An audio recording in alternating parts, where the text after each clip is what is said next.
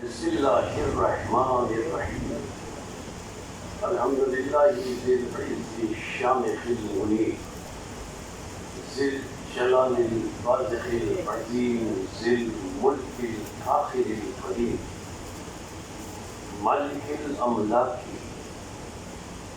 مفلک الافلاک مسخر الشمس والقمر مکبر اللیل والنہار مکبر النہار علی اللیل قاسم کل جبار عنید مہلک کل شیطان مرید رب الجنۃ والناس رب العالمین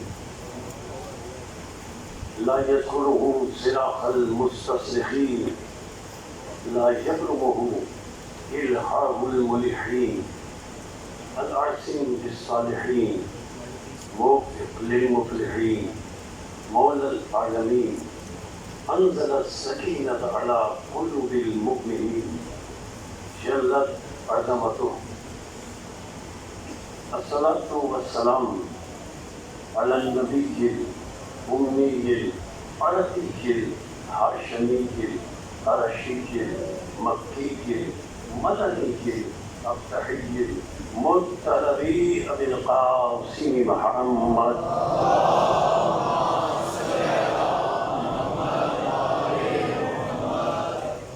الصلاۃ والسلام علی آل بیتہ الطیبین الطاہرین المعصومین المظلومین المنتجبین المنتخبین المطہرین الذین اذهب اللہ عنہم الرجس وطہرہم تطہیرا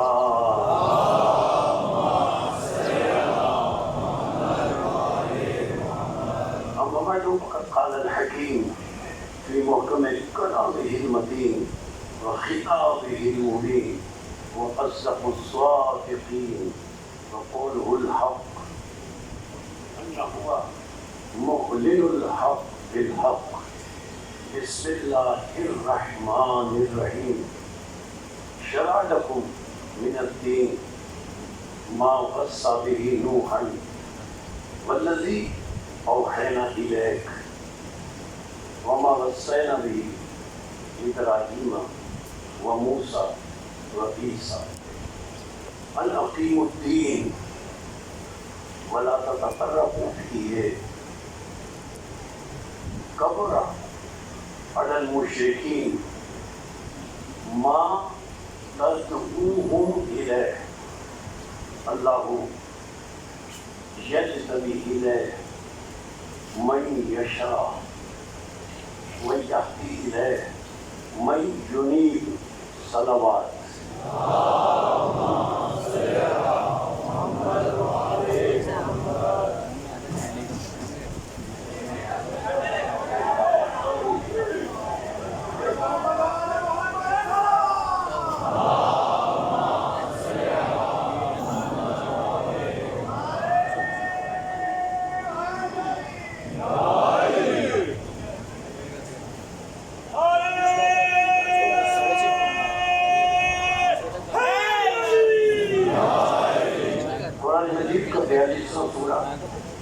سورہ مبارک ہے شورا 13ویں آیت باقی ہدایت گفتگو کا موضوع شریعت اسلام اور مشیت الہیہ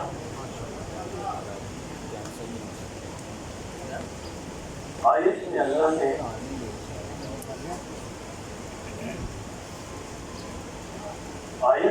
نے 5 اولی العزم رسولوں کا تذکرہ فرمایا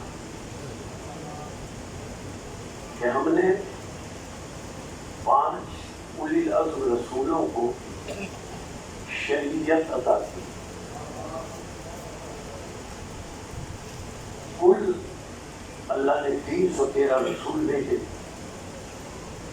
کم از کم 309 آسمانی صحیفے نازل کیے، 5 اولی العزم رسول بھیجے، اور ان رسولوں کی شریعت پر پر عمل کروانے کے لیے 1,24,000 انبیاء طاہرین بھیجے، جو اپنی شریعت لے کر نہیں آئے تھے بلکہ اپنے سے پہلے رسول کی شریعتوں پر انبیاء طاہرین علیہ السلام اپنی امتوں سے عمل کرواتے رہے۔ یہ جن 5 اولی العزم رسولوں کا اللہ نے آیت میں نام لے کر ذکر کیا ہے، یہ 5 اولی العزم رسول ہیں۔ حضرت نوح علیہ السلام پہلے رسول ہیں، حضرت آدم علیہ السلام پہلے نبی ہیں، رسول نہیں ہیں۔ سب سے پہلے حضرت نوح علیہ السلام کی شریعت کا اللہ نے ذکر کیا، انہیں شریعت عطا کی۔ حضرت ابراہیم علیہ السلام کی شریعت کا ذکر کیا، حضرت ابراہیم کو میں نے شریعت عطا کی، حضرت موسیٰ کو شریعت عطا کی، حضرت عیسیٰ کو شریعت عطا کی، اور خاتم النبیین کا ذکر کیا کہ میں نے خاتم النبیین کو ایسی شریعت عطا کی جو ناسخ شریعت ہے اور جو قیامت تک باقی رہنے والی ہے۔ جب شریعت قیامت تک باقی رہنے والی ہے، قرآن قیامت تک باقی رہنے والا ہے، تو یقیناً قرآن اور شریعت کا ایک وارث بھی ہے جب قیامت تک باقی رہنے والا ہے۔ لیکن جو یہ 5 شریعتیں 5 اولی العزم رسولوں کو اللہ نے عطا فرمائی، تو عجیب بات یہ ہے کہ ان 5 اولی العزم رسولوں میں سے کسی ایک رسول کو بھی، اولی العزم رسولوں میں سے کسی ایک رسول کو بھی اللہ نے اس دنیا میں ظالموں کے ہاتھوں شہید نہیں ہونے دیا۔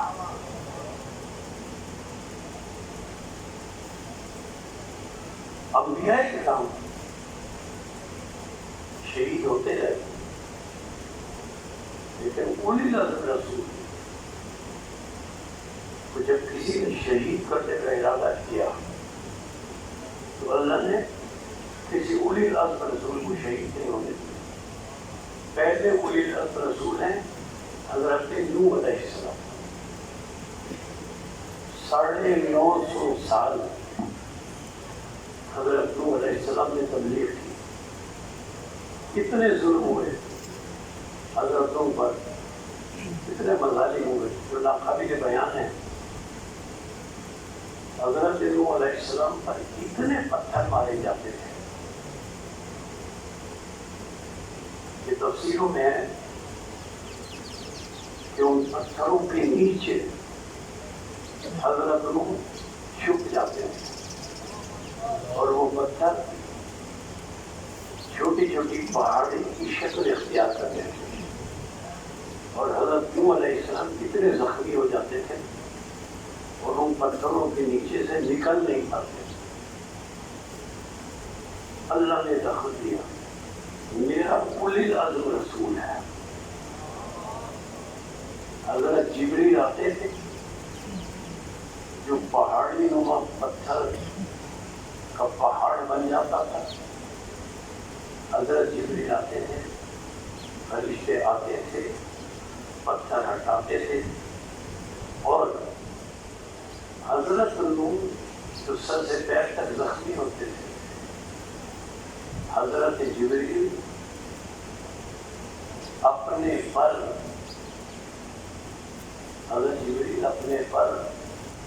حضرت نوح علیہ السلام کے زخموں پر لگاتے تھے، پر پھیرتے تھے، حضرت نوح کے زخم ٹھیک ہو جاتے تھے، وہ شفا یاب ہو جاتے تھے، لفظ کروں، یہ نوح ہے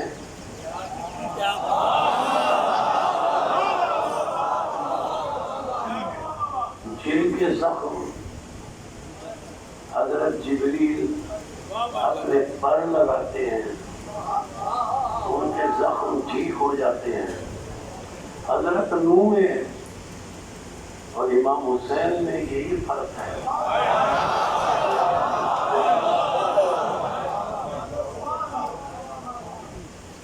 حضرت نوح کے زخم ٹھیک ہوتے ہیں جب جبریل پر لگاتے ہیں،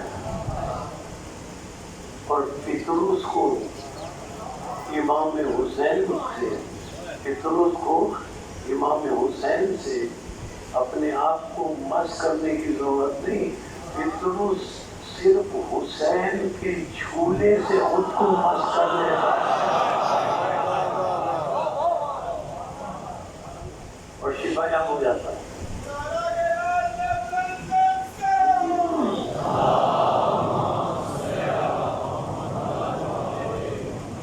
حضرت نوح علیہ السلام کو اولی العزم رسول ہے، اللہ نے شہید نہیں ہونے دیا۔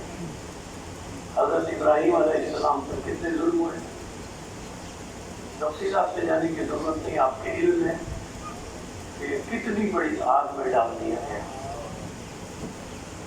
لیکن اللہ نے کہا میرا اولی العزم رسول ہے۔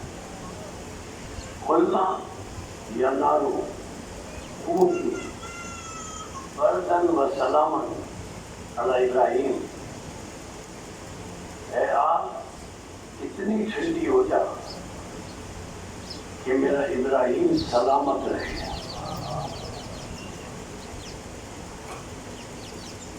حضرت عیسیٰ علیہ السلام اولی العزم رسول ہے۔ جب حضرت عیسیٰ علیہ السلام کو ظلم کر کے شہید کرنے کی کوشش کی گئی، اللہ نے فرمایا میں اپنے اولی العزم رسول کو شہید نہیں ہونے دوں گا۔ انی رافع ہوگا، اللہ نے حضرت عیسیٰ کو اٹھا لیا اور چوتھے آسمان پر اٹھا کر لے گیا۔ خاتم النبیین صرف اولی العزم نہیں ہے، اولی العزم 5 رسول ہیں، ان میں سے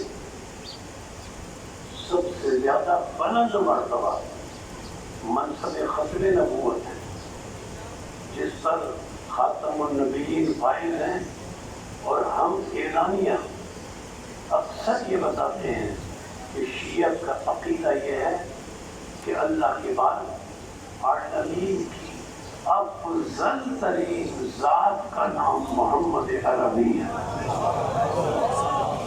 ختمی مرتبت کو بھی اللہ نے ہجرت کی شرط رسول نکلے، مشرکوں کو اندھا کر دیا۔ غار ثور میں مشرک رسول کو تلاش نہ کر سکے، کتنی تھوڑی تعداد تھی۔ بدر میں، احد میں، خندق میں، خیبر میں اللہ نے ہمیشہ خاتم النبیین کی حفاظت کی۔ خاتم النبیین شہید نہ ہو جائیں۔ صرف بدر میں، غزوہ بدر میں 313 تھے، تو اللہ نے اس خیال سے کہ خاتم النبیین کہیں شہید نہ ہو جائیں، ان 313 کے مقابلے میں زیادہ مشرک ہیں، تو اللہ نے آسمان سے ہزاروں فرشتے بھیجے میدان بدر میں تاکہ وہ رسول کی حفاظت کرے۔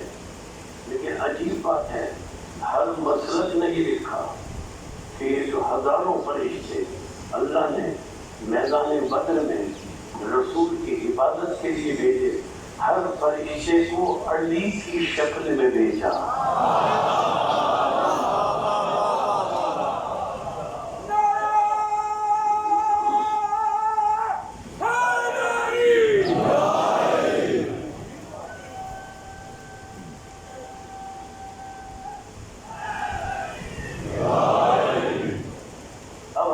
موسیٰ علیہ السلام ہے، اولی العزم رسول ہے، اللہ نے فرعون کے ظلم سے ہمیشہ بچائے رکھا۔ سورہ طٰہٰ قرآن مجید کا 20واں سورہ، اللہ نے ارشاد فرمایا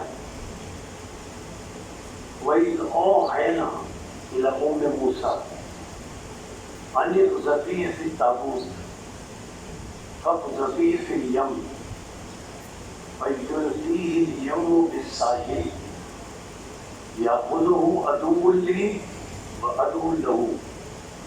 اللہ فرماتا ہے ہم نے حضرت موسیٰ علیہ السلام کی پیدائش کے بعد حضرت موسیٰ علیہ السلام کی والدہ کو وحی کی کہ حضرت موسیٰ کو ایک صندوق میں بند کر کے دریا میں بہا دو،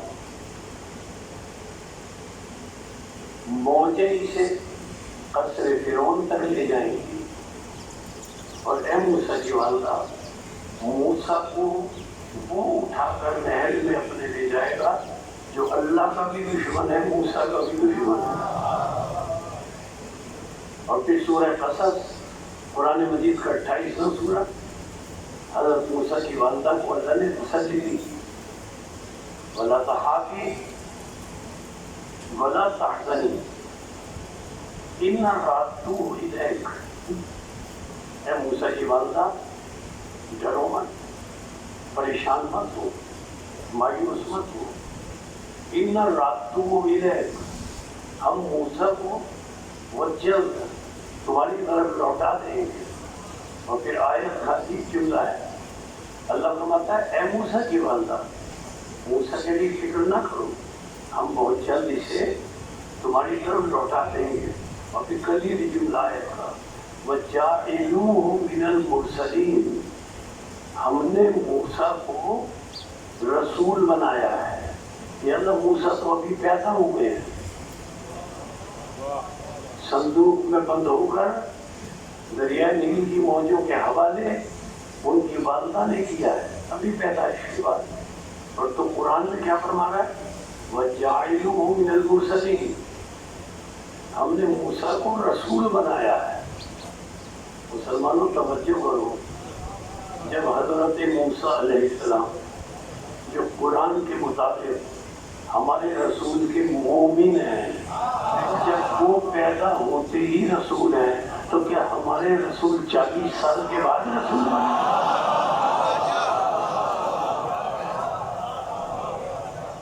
حضرت موسیٰ علیہ السلام کو اللہ نے پہنچایا کہاں؟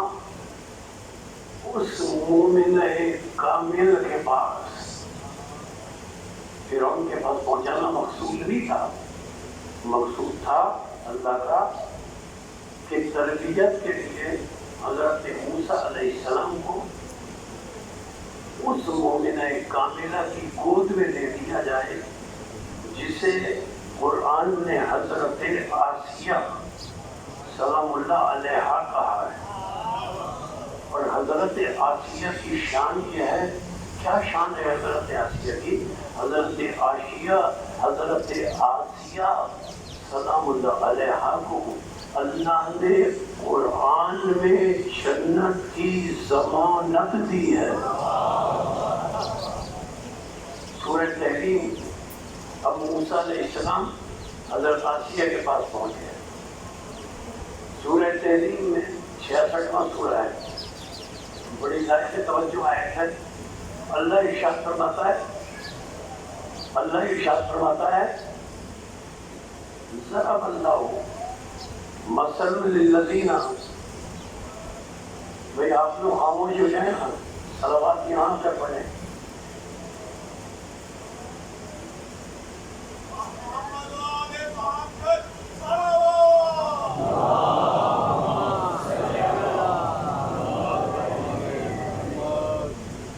حضرت موسیٰ علیہ السلام کو اصل میں اللہ کا مقصد یہ تھا کہ حضرت آسیہ کی تربیت میں دے دیا جائے، حضرت آسیہ سلام اللہ علیہ کی گود میں دے دیا جائے۔ وہ حضرت آسیہ سلام اللہ علیہ جن کے لیے سورہ تحریم میں اللہ نے ارشاد فرمایا، لائق توجہ آیت ہے، اللہ فرماتا ہے ضرب اللہ مثلا للذین آمنوا امرأۃ نوح، ضرب اللہ مثلا للذین آمنوا امرأۃ فرعون اذ قالت، اللہ فرماتا ہے میں اللہ نے حضرت آسیہ کی مثال مومنوں کے لیے نمونہ عمل کے طور پر پیش کی ہے۔ فرعون کی زوجہ، کافر اور مشرک کی زوجہ، مثال اللہ دے رہا ہے، نمونہ عمل اللہ قرار دے رہا ہے مومنوں کے لیے، اور سند دے رہا ہے اللہ۔ اس قالت، جب حضرت آسیہ نے کہا رب ابن لی بیتن عندک فی الجنت، حضرت آسیہ نے اللہ کی بارگاہ میں کہا یا اللہ میرے لیے جنت میں ایک گھر بنا دے، وَنَجِّنِي مِن فِرْعَوْنَ وَعَمَلِهِ، اور مجھے فرعون سے اس کے عمل سے، وَنَجِّنِي مِنَ الْقَوْمِ الظَّالِمِينَ، اور مجھے ظالمین کے عمل سے نجات عطا فرما۔ یہ حضرت آسیہ کی دعا ہے جسے اللہ، جس کا قرآن میں تذکرہ فرما رہا ہے کہ کافر کی بیوی کو، فرعون کافر ہے، کافر کی بیوی کو مومنوں کے لیے نمونہ عمل قرار دیا۔ توجہ ہے نا جملے پر، کافر کی بیوی کو مومنوں کے لیے نمونہ عمل قرار دیا، اور ارشاد فرمایا دوسری آیت میں ضرب اللہ مثلا للذین کفروا امرأۃ لوط و امرأۃ نوح، حضرت نوح علیہ السلام اور حضرت لوط علیہ السلام جو نبی ہیں، دو نبیوں کی بیویوں کو کافروں کے لیے نمونہ عمل قرار دیا۔ کافر کی بیوی کو مومنوں کے لیے نمونہ عمل قرار دیا، نبیوں کی بیویوں کو کافروں کے لیے نمونہ عمل قرار دے کر اللہ نے یہ بتایا کہ کسی کو اس پر فخر نہیں کرنا چاہیے۔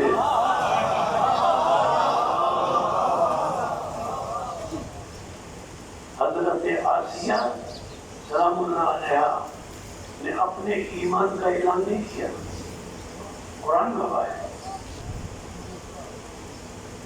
اپنے ایمان کا اعلان نہیں کیا۔ اب اگر میں حضرت آسیہ سے پوچھوں آپ صاحب ایمان ہیں، آپ نے اپنے ایمان کا اعلان کیوں نہیں کیا، تو حضرت آسیہ جواب دے گی ایمان کا اعلان آسان ہے، ہر گود اس قابل نہیں ہوتی۔ ایمان کا اعلان آسان ہے، ہر گود اس قابل نہیں ہوتی کہ اس میں نبوت پروان چڑھ سکے۔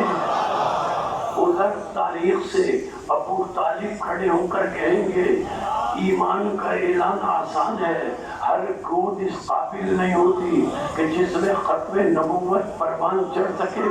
ابو طالب کے ایمان پر شک کرنے والوں، دیکھو ابو طالب نے 2 بچے پالے، ایک مصطفیٰ بنا، ایک مرتضیٰ بنا، اور ایک اور ہے اس نے بھی 2 بچے پالے، ایک یزید بنا۔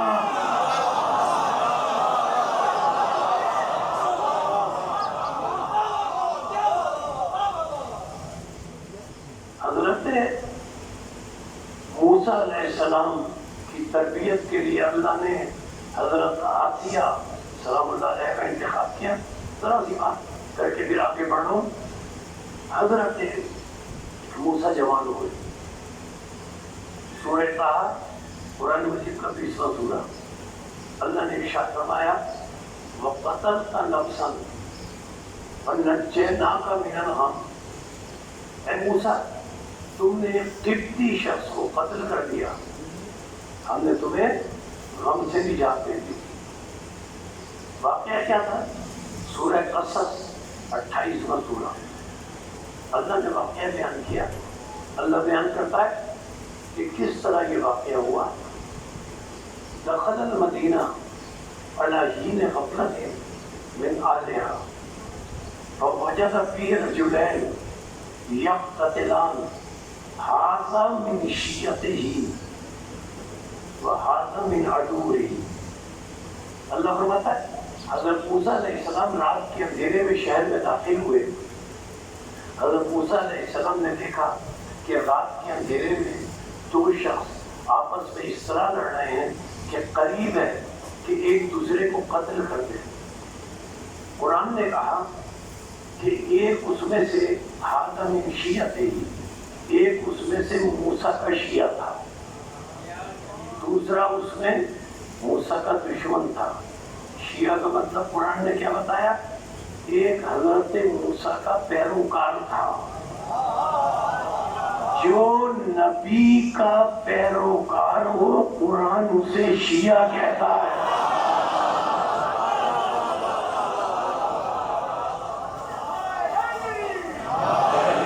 ہم اعلانیہ یہ کہتے ہیں، ہمارا کسی سے تعلق نہیں ہے، ہم اعلانیہ یہ کہتے ہیں ہم نبی پر ایمان لانے والے ہیں، ہم نبی کے پیروکار ہیں۔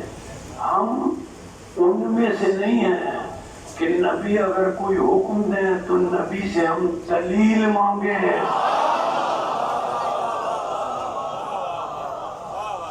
اچھا، میں مسلسل عرض کرتا چلا رہا ہوں، بات کو دہراتا ہوں، آگے بڑھ جاؤں۔ ہم ہیں رسول کے شیعہ۔ قرآن نے کہا ہے جو نبی کا پیروکار ہو اسے شیعہ کہتے ہیں۔ ہم نبی کے شیعہ ہیں، خاتم النبیین کے شیعہ ہیں۔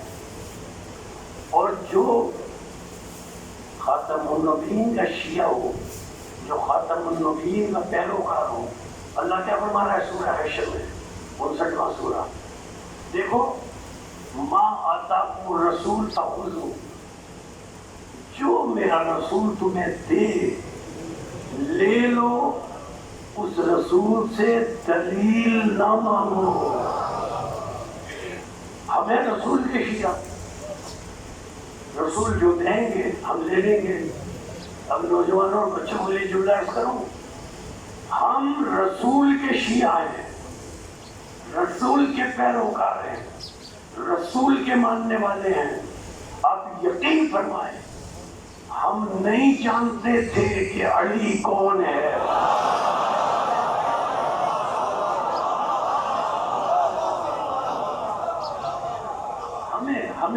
ہمیں کیا پتا؟ اور بہت سے لوگ رہتے تھے عرب میں، رسول کے بڑے ساتھی تھے،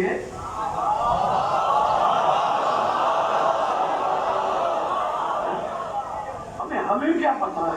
ہمیں کیا پتا علی کون تھے، علی کون ہے؟ ہم تو رسول کے شیعہ اور ایسے ہی ہیں، رسول کے پیروکار ہیں۔ رسول جو حکم دیں گے مانیں گے، رسول سے دلیل نہیں مانگیں گے۔ ہم علی کو نہیں جانتے تھے، ہمیں نہیں پتا تھا علی کون ہے، لیکن اللہ نے فرمایا جو میرا رسول دے لے لو۔ رسول نے کہا ماں، اللہ نے فرمایا ماں آتاکم الرسول فخذوہ، جو میرا رسول دے لے لو۔ ہمیں رسول کے شیعہ، اب جو رسول دیں گے ہم لے لیں گے، ہم تو دلیل بھی نہیں مانگیں گے۔ ہم نے دیکھا رسول نے کیا دیا، ہمیں کیا پتا تھا علی کون ہے۔ رسول نے کہا من کنت مولا،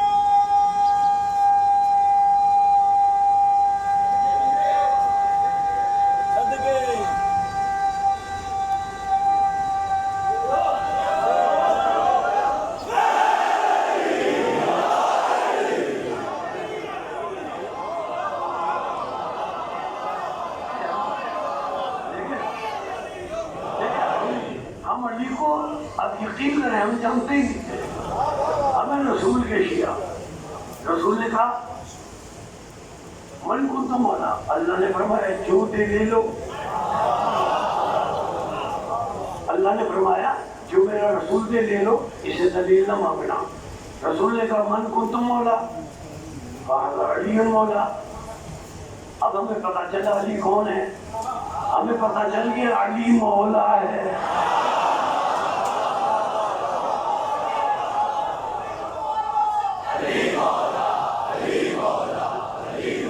اچھا آیت کا دوسرا جز بھی دیکھیں، آیت کا دوسرا جز، اگر تم رسول کے شیعہ ہو، رسول کے پیروکار ہو تو اس آیت پر مکمل عمل کرو۔ جو رسول کا شیعہ ہو وہ رسول سے دلیل نہ مانگے، جو رسول دے لے لو۔ ومن حاکمن ہو فانتہو، جس سے رسول روکے رک جاؤ، جس سے رسول روکے رک جاؤ۔ کیسے رکیں؟ کیسے رکیں؟ جسے رسول اپنی محفل سے اٹھائیں پھر سے نکال۔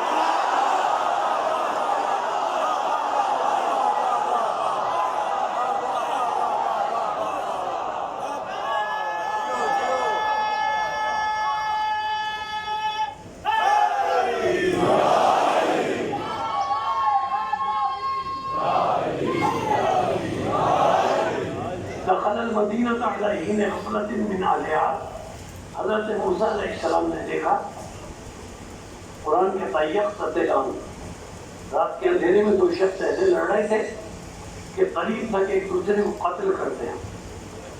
فاستغاثہ الذی من شیعتہ،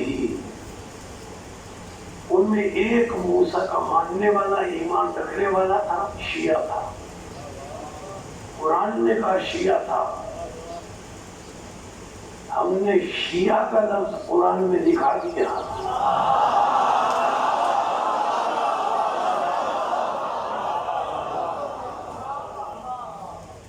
اس لیے کہ ہم قرآن کے ماننے والے ہیں۔ اگر کوئی اور بھی قرآن کو مانتا ہے تو وہ اپنے لفظ دکھا دے۔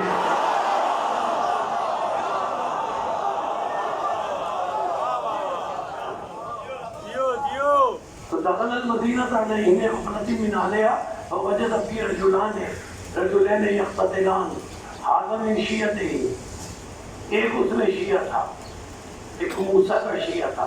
اور رسول نے کیا فرمایا؟ من کنت مولا، جس کا میں مولا، اس کا یہ علی مولا۔ تو رسول کے اس فرمان کے بعد ہم، رسول نے کہا جس کا میں مولا اس کے یہ علی مولا، جس کا میں مولا اس کے یہ علی مولا۔ تو رسول کے اس مولائیت کے فرمان کے بعد اب ہم رسول کے بھی شیعہ ہیں، اب ہم علی کے بھی شیعہ ہیں، ٹھیک ہے نا؟ اچھا، فاستغاثہ الذی من شیعتہ، وہ جو حضرت موسیٰ کا شیعہ تھا نا، اس نے جب اپنے پیشوا کو آتے ہوئے دیکھا، نبی کو آتے ہوئے دیکھا، کہا یا نبی اللہ مدد، یا نبی اللہ میری مدد کرے۔ وہ موسیٰ کا شیعہ تھا، موسیٰ سے مدد مانگی۔ جو جس کا شیعہ ہوتا ہے وہ اس سے مدد مانگتا ہے۔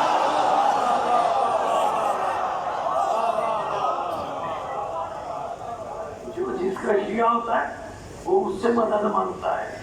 تو عزیزان محترم، اللہ نے فرمایا نجیناک من الغم، ہم نے تمہیں اس غم سے نجات دے دی۔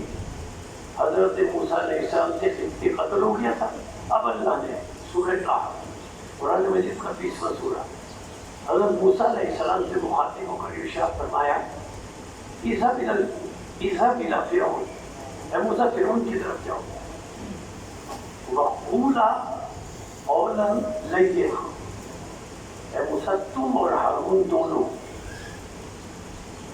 فرعون کے پاس جاؤ تبلیغ کرنے، اور اس سے ذرا نرمی سے بات کرنا، شیریں گفتاری سے اسے شریعت اسلام سمجھانا۔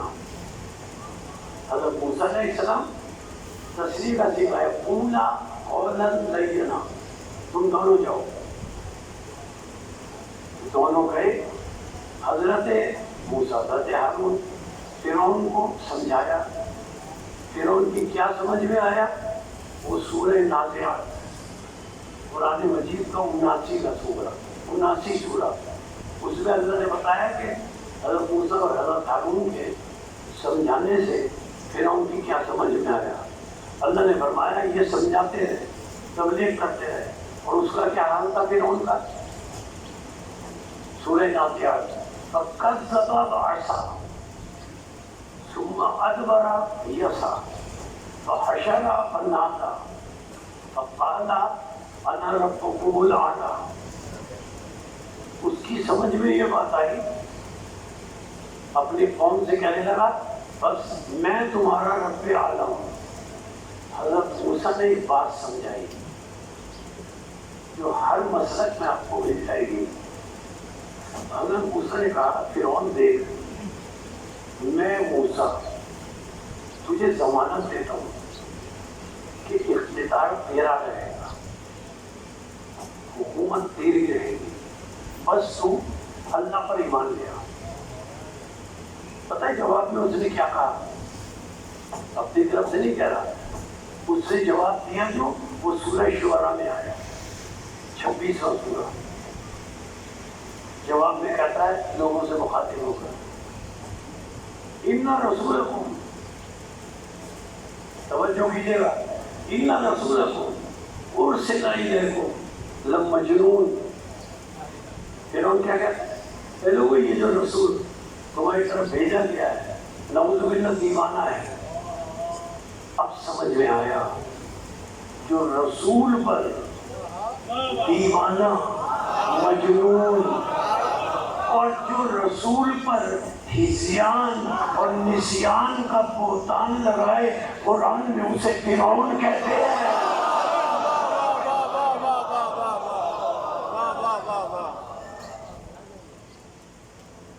حضرت موسیٰ علیہ السلام نے حضرت ہارون علیہ السلام نے بہت سمجھایا، بہت تبلیغ کی، نہیں مانا، بس گفتگو کا گریز میں کر رہا ہوں، نہیں مانا۔ اب حضرت موسیٰ علیہ السلام نے اللہ کی بارگاہ میں بددعا کی، یہ اللہ یہ نہیں مانتا، اس پر اپنا عذاب نہ دے کر۔ کلیم اللہ ہے نا، تو اللہ نے فرمایا موسیٰ تم میرے اولی نظر رسول ہو، تمہاری دعا تو رد نہیں کروں گا، چاہو موسیٰ چاہو فلاں وقت فلاں دن فرعون کا عذاب آئے گا۔ وہ دن آیا، وہ وقت آیا، گزر گیا، عذاب نہیں آیا۔ موسیٰ پھر گئے ٹور پر کہ اللہ کب عذاب آئے گا؟ اللہ نے کہا اچھا اب فلاں دن فلاں وقت آئے گا۔ وہ دن بھی گزر گیا، وہ وقت بھی گزر گیا، عذاب نہیں آیا۔ اب تیسری دفعہ موسیٰ گئے ٹور پر، یا اللہ میں تیرا نمائندہ ہوں، تو مجھ سے فرماتا ہے کہ فلاں دن فلاں وقت عذاب آئے گا، اور دن اور وقت گزر جاتا ہے، عذاب نہیں آتا۔ یا اللہ تیری حکمت کیوں بدل جاتی ہے؟ اللہ نازل کیوں نہیں کرتا؟ تو اللہ فرماتا ہے موسیٰ بات یہ ہے، میں جس تمہیں بتاتا ہوں کہ فلاں دن فلاں وقت عذاب نازل ہوگا، تم میری بات سنتے ہی فرعون کے پاس پہنچ جاتے ہو اور جا کر کہتے ہیں فرعون اب تیرے اوپر اس دن اس وقت عذاب آئے گا۔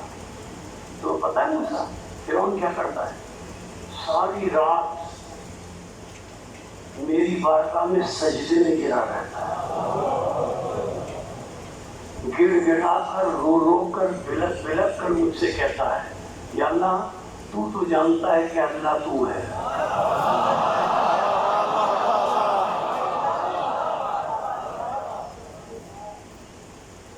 دشمن حقیقت جانتا ہے،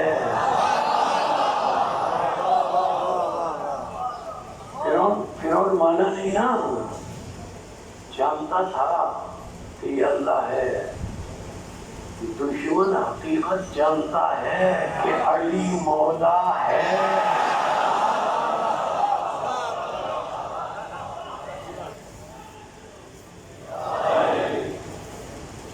تو اے موسیٰ فرعون میں نا اتنا گڑگڑاتا ہے، اتنا بلک بلک کر ہوتا ہے کہ میری رحمت کو جوش آ جاتا ہے، میں عذاب ٹال دیتا ہوں۔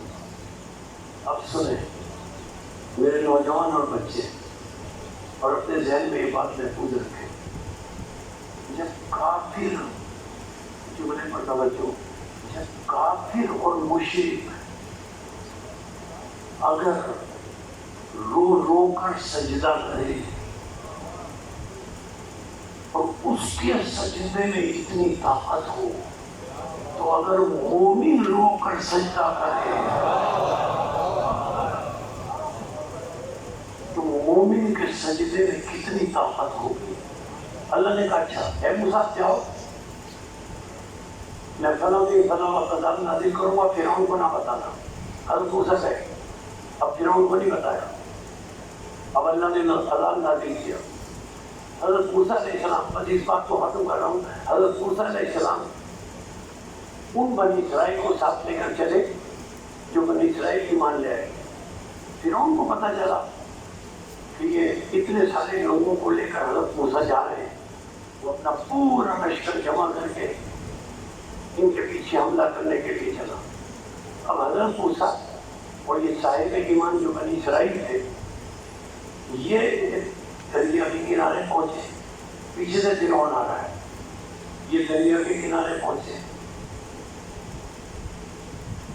سورہ شعراء کی آیت نازل ہوئی، 26واں سورہ، حضرت موسیٰ پر۔ وَإِذْ أَوْحَيْنَا إِلَىٰ مُوسَىٰ، توجہات موجود ہیں، وَإِذْ أَوْحَيْنَا إِلَىٰ مُوسَىٰ أَنْ اضْرِبْ بِعَصَاكَ الْبَحْرَ، اے موسیٰ تم اپنے اس عصے کی ضرب پانی پر مارو۔ حضرت موسیٰ نے عصے کو مارا پانی پر، عصے کی ضرب پانی پر ماری۔ جیسے پانی پر ماری، پانی میں راستہ پیدا ہو گیا، دونوں طرف پانی کی بلند دیواریں کھڑی ہو گئی۔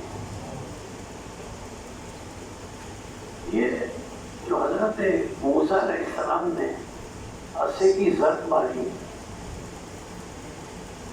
یہ عصا کیا سونے چاندی کا تھا؟ یہ عصا کیا ہیرے جواہرات کا تھا؟ نہیں نا، لکڑی کا تھا، لکڑی کا تھا۔ یہ اللہ نے ضرب کیوں لگوائی؟ اللہ بتانا چاہتا تھا کہ یہ لکڑی ہے، یہ جو موسیٰ نے ضرب ماری ہے، 1400 سال کے بعد انسان کو اس ضرب کا علم ہوگا کہ اگر لکڑی ایک توجہ کیجیے گا جملے پر، اگر لکڑی کسی معصوم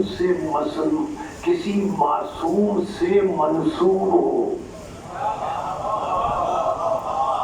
اگر لکڑی ذریع ہے امام حسین بن کر یا تابوت امام حسین بن کر معصوم حسین سے منسوب ہو جائے تو وہی لکڑی با احترام اور با کرامت بن جاتی ہے۔ لیکن بنی اسرائیل اتنے ضدی تھے، ایک راستہ حضرت موسیٰ علیہ السلام نے بنا دیا۔ بنی اسرائیل اتنے ضدی تھے، کہنے لگے ہمیں 12 قبیلے، 12 راستے بنا، ایک راستے پر 12 قبیلے نہیں جائیں گے، 12 راستے بنائیں گے، اس کے ایک راستے پر ایک قبیلہ جائے گا۔ حضرت موسیٰ نے اللہ سے دعا کی، 12 راستے بن گئے۔ جب 12 راستے بن گئے تو بنی اسرائیل حضرت موسیٰ سے کہنے لگے نہیں، ہم اب بھی نہیں جائیں گے، پیچھے فرعون آ رہا ہے۔ موسیٰ نے کہا 12 راستے بن گئے، اب تو چلے جاؤ۔ کہنے نہیں، اب بھی نہیں جائیں گے۔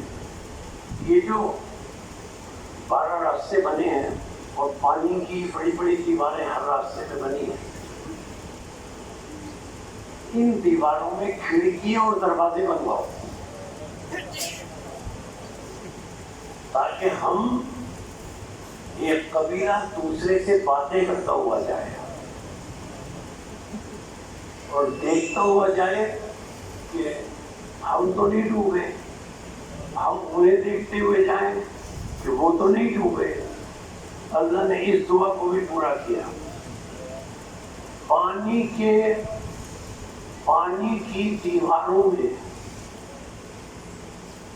12 راستے بنے تھے نا، توجہات مت سن رہے، پانی کی دیواروں میں کھڑکیاں اور دروازے اللہ نے بنا دیے۔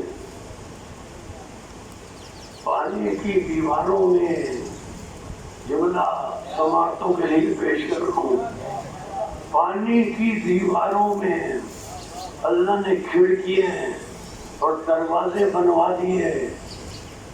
پانی کی دیواروں میں جملہ دوہرا کیوں رہا ہوں، اگلا جملہ کہنے کے لیے، پانی کی دیواروں میں اللہ نے دروازے اور کھڑکیاں بنا دی۔ جب مسلمانوں نے یہ سنا تو ایمان لے آئے۔ میں مسلمانوں کی خدمت پہ عرض کروں، اگر اللہ پانی کی دیواروں میں دروازہ بنائے تو تم ایمان لے آتے ہو؟ اگر کعبے کی دیوار میں دروازہ بنائے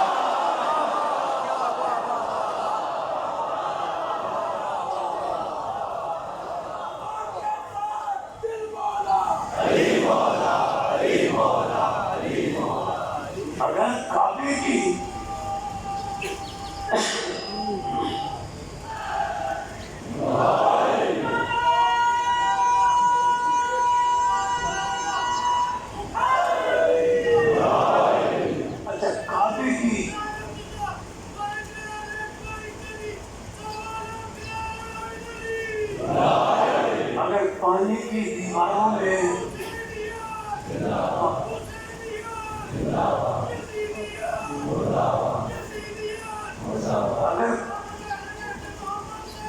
اگر پانی کی دیواروں میں در بن جائے سبھی مان لے آتے ہیں، لیکن اگر کعبے کی دیوار میں اڑلی کے لیے دروازہ بن جائے تو کوئی ایمان نہیں لاتا۔ حالانکہ کعبے کی دیوار 1400 سال سے شک ہے، اب تک شک ہے۔ بڑی لوگوں نے کوشش کر لی کہ کسی طرح اس شک دیوار کو برابر کر دیا جائے، بند کر دیا جائے۔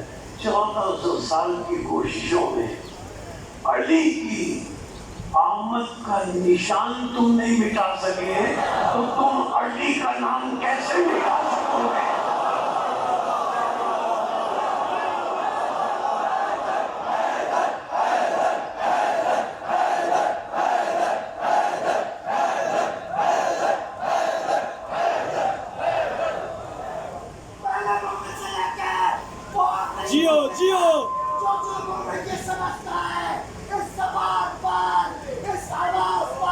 زندگی امن جیو جیو مل کے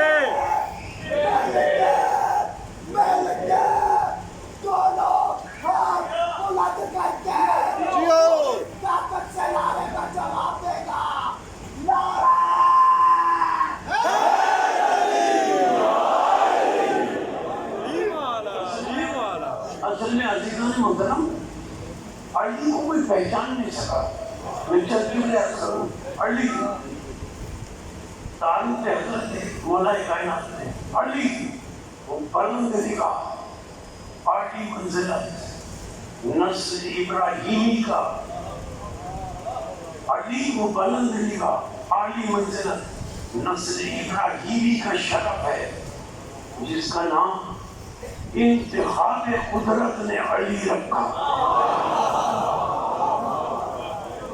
دنیا والے جب نام رکھتے ہیں، حضرت علی کا ذرا سا تعارف کرا دوں، دنیا والے جب نام رکھتے ہیں تو مناسبت کا خیال نہیں رکھتے۔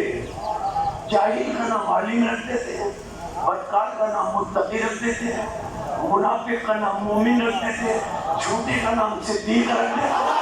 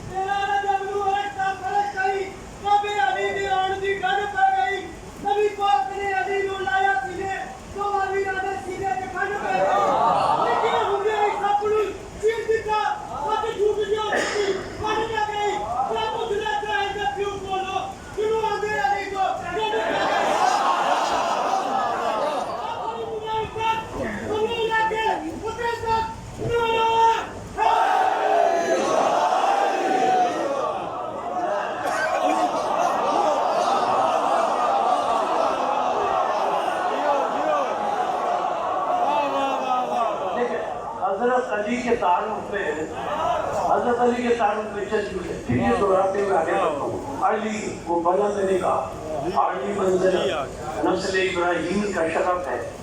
اب اس کے آخری جملہ سنیے گا، نسل ابراہیمی کا شرف ہے جس کا نام انتخاب قدرت نے علی رکھا۔ دنیا والے جب نام رکھتے ہیں تو مناسبت کا خیال نہیں رکھتے، جاہل کا نام عالم رکھ دیتے ہیں، بدکار کا نام متقی رکھ دیتے ہیں، منافق کا نام مومن رکھ دیتے ہیں۔ اچھا سنیے گا، جھوٹے کا نام صدیق رکھ دیتے ہیں، کنجوس کا نام غنی رکھ دیتے ہیں۔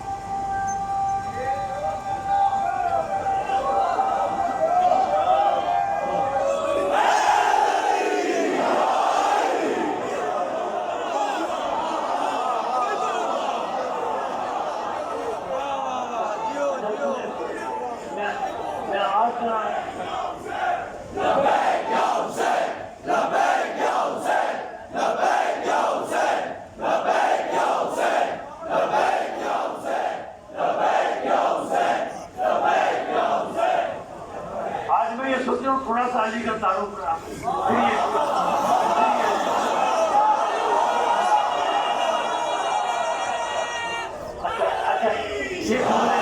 یہ جملے سماعتوں کے لیے دوبارہ عرض کرتے ہوئے آگے بڑھو۔ علی وہ بلند نگاہ، علی منزل نسل ابراہیمی کا شرف ہے جس کا نام انتخاب قدرت نے علی رکھا۔ دنیا والے جب نام رکھتے ہیں تو مناسبت کا خیال نہیں رکھتے، مطابقت کو ملحوظ نہیں رکھتے، جاہل کا نام عالم رکھ دیتے ہیں، بدکار کا نام متقی رکھ دیتے ہیں، منافق کا نام مومن رکھ دیتے ہیں، جھوٹوں کا نام صدیق رکھ دیتے ہیں، کنجوس اور بخیلوں کا نام غنی رکھ دیتے ہیں۔ مگر جب اللہ نام رکھتا ہے تو مناسبت دیکھ کر نام رکھتا ہے۔ اس نے جب محمد مصطفیٰ کو ہر مدح کا مستحق پایا تو نام محمد رکھا، اور جب علی مرتضیٰ کو تمام بلندیوں میں ممتاز پایا تو نام علی رکھا۔ اور سنیں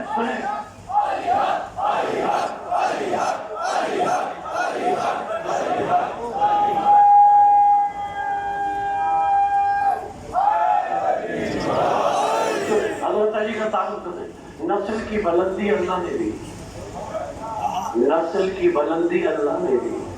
آل ابراہیم کا شرف پایا، ضیاء فضیلت قریش سے ملی، تاج سیادت ہاشم سے ملا، دادا کی سرداری سے ممتاز ہوئے، باپ سے نصرت رسول ملی، ماں سے ایمان کی روشنی ملی۔ سنیں آگے سنیں، پھر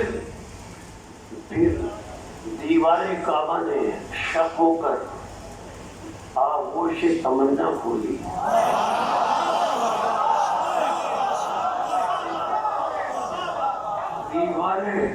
دیوار کعبہ نے شک ہو کر آغوش تمنا کھولی، منشا باری نے اندر آنے کی اجازت دی،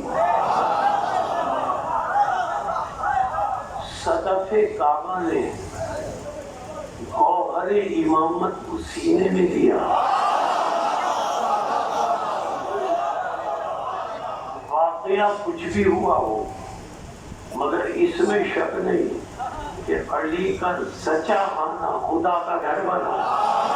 اچھا مجھے نہیں معلوم کہ اس بچے کی خدمت مریم نے کی یا آسیہ نے، پھولوں نے بڑھ کر گود پی لی یا فرشتوں نے، آپ سلسبیل سے پانی لایا گیا یا حوض کوثر سے، ماں کے ہلے سے ڈھانپا گیا یا ماں کی چادر سے، مجھے کیا پتا کہ کیا انتظام ہوا۔ اس لیے کہ جس طرح معراج کی شب حبیب اور حبیب خدا کے علاوہ کوئی اور نہ تھا، اسی طرح کعبے کی مہمانی میں ماں اور بچے کے علاوہ کوئی اور نہ تھا، مگر کہنے میں بات آتی ہے جب علی ولی اللہ جیسا مہمان ہو، لا الہ الا اللہ جیسا میزبان ہو، تو کون سا ایسا انتظام ہوگا جو نہ ہوا ہوگا، کون سی ایسی مہمان نوازی ہوگی جو نہیں ہوئی ہوگی۔ رحمت خدا گہوارہ بنی، علم الہیہ سے رضا ملی، قدرت نے قوت و طاقت دی، عدالت الہیہ نے عصمت کا لباس پہنایا، آنکھوں کو عین اللہ بنایا، چہرے کو وجہ اللہ بنایا، ہاتھوں کو عصمت اللہ بنایا، علی کو اسد اللہ۔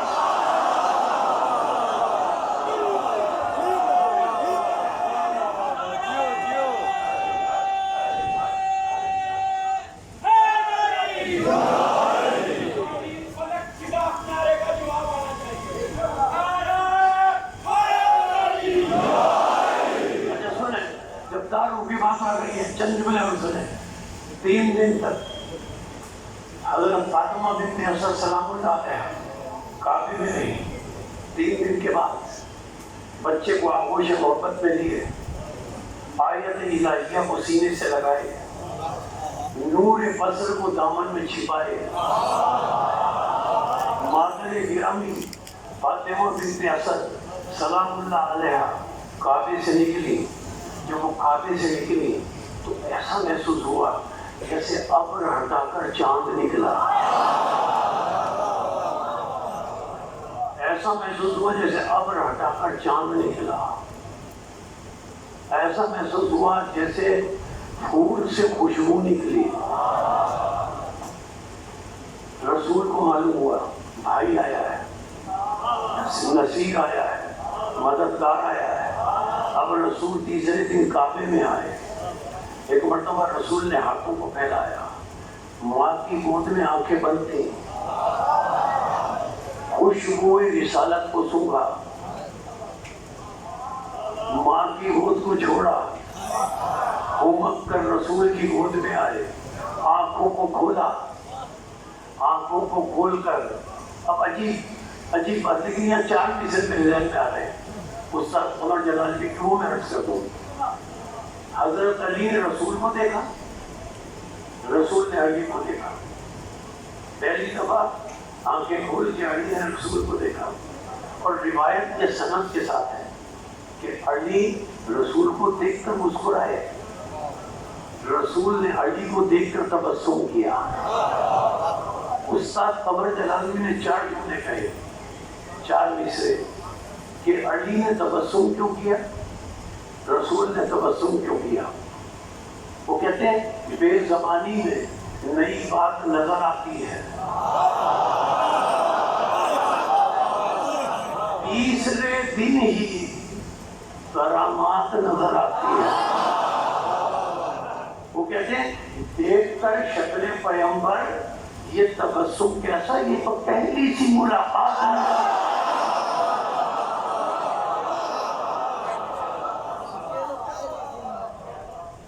ماں کی گود میں چپ تھے، رسول کی گود میں بول اٹھے، مکان بدلنے سے مکین بدلا، چمن بدلنے سے خوشبو بدلی، رحل بدلنے سے کتاب بدلی۔ ماں کی گود میں بھی قرآن تھے لیکن سامت رہے، رسول کی گود میں آ کر ناطق ہو گئے۔ اب رسول کی طرف دیکھا، رسول کی طرف دیکھا۔ آپ سنیے جملے، غذائے روحانی کی طلب میں علی نے دہن کھولا، رسول نے اپنی زبان علی کے منہ میں دے دی، بھائی نے بھائی کا دل نہ توڑا۔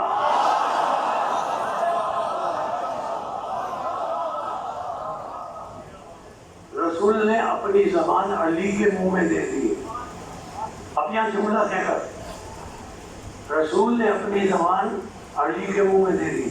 جب رسول کی زبان علی کے منہ میں نظر آئی تو کہنے کو دیکھا دہن 2 تھے، زبان 1 تھی، متکلم 2 تھے، کلام 1 تھا، الفاظ الگ الگ تھے، مطلب 1 تھا۔ اب ان کی عقل کے بعد، ان لوگوں کی عقل پر میرا دل چاہتا ہے ماتم کرنے کو، توجہ کیجیے گا جملے پر، ان لوگوں کی عقل پر ماتم کرنے کو دل چاہتا ہے کہ جب جناب سیدہ سن بلوغت کو پہنچے، خواستگاری کے لیے آ گئے، رشتے لے کے آ گئے جناب سیدہ کے، بھائی یہ تو سوچ رہے تھے کہ رشتے لے کے نہیں جانا چاہیے، کیوں؟ اس لیے کہ جیسے علی دنیا میں آئے تھے رسول نے علی کو زبان دے دی تھی۔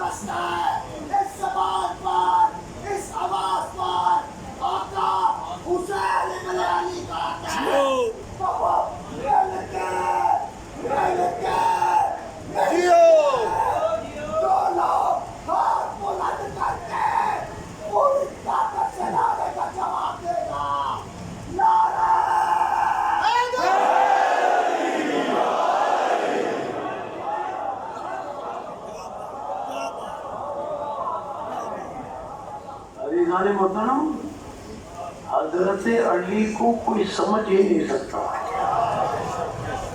رسول نے فرمایا نا، ما عرف اللہ الا الرسول وما علیہ، ما عرف اللہ الا الرسول وعلیہ، وما عرف رسول الا اللہ وعلیہ، وما عرف علی الا اللہ ورسولہ۔ اللہ کو کوئی پہچاننے والا ہے تو رسول ہے یا علی ہے، رسول کو کوئی پہچاننے والا ہے تو اللہ ہے یا علی ہے، اور علی کو اگر کوئی پہچانتا ہے تو یا اللہ پہچانتا ہے یا رسول پہچانتا ہے۔ اس لیے کہ علی کو بھیجا، علی ایک کردار کا نام ہے، قیامت تک اس شریعت اسلام کی حفاظت کے لیے بھیجا، اور علی کا بیٹا حسین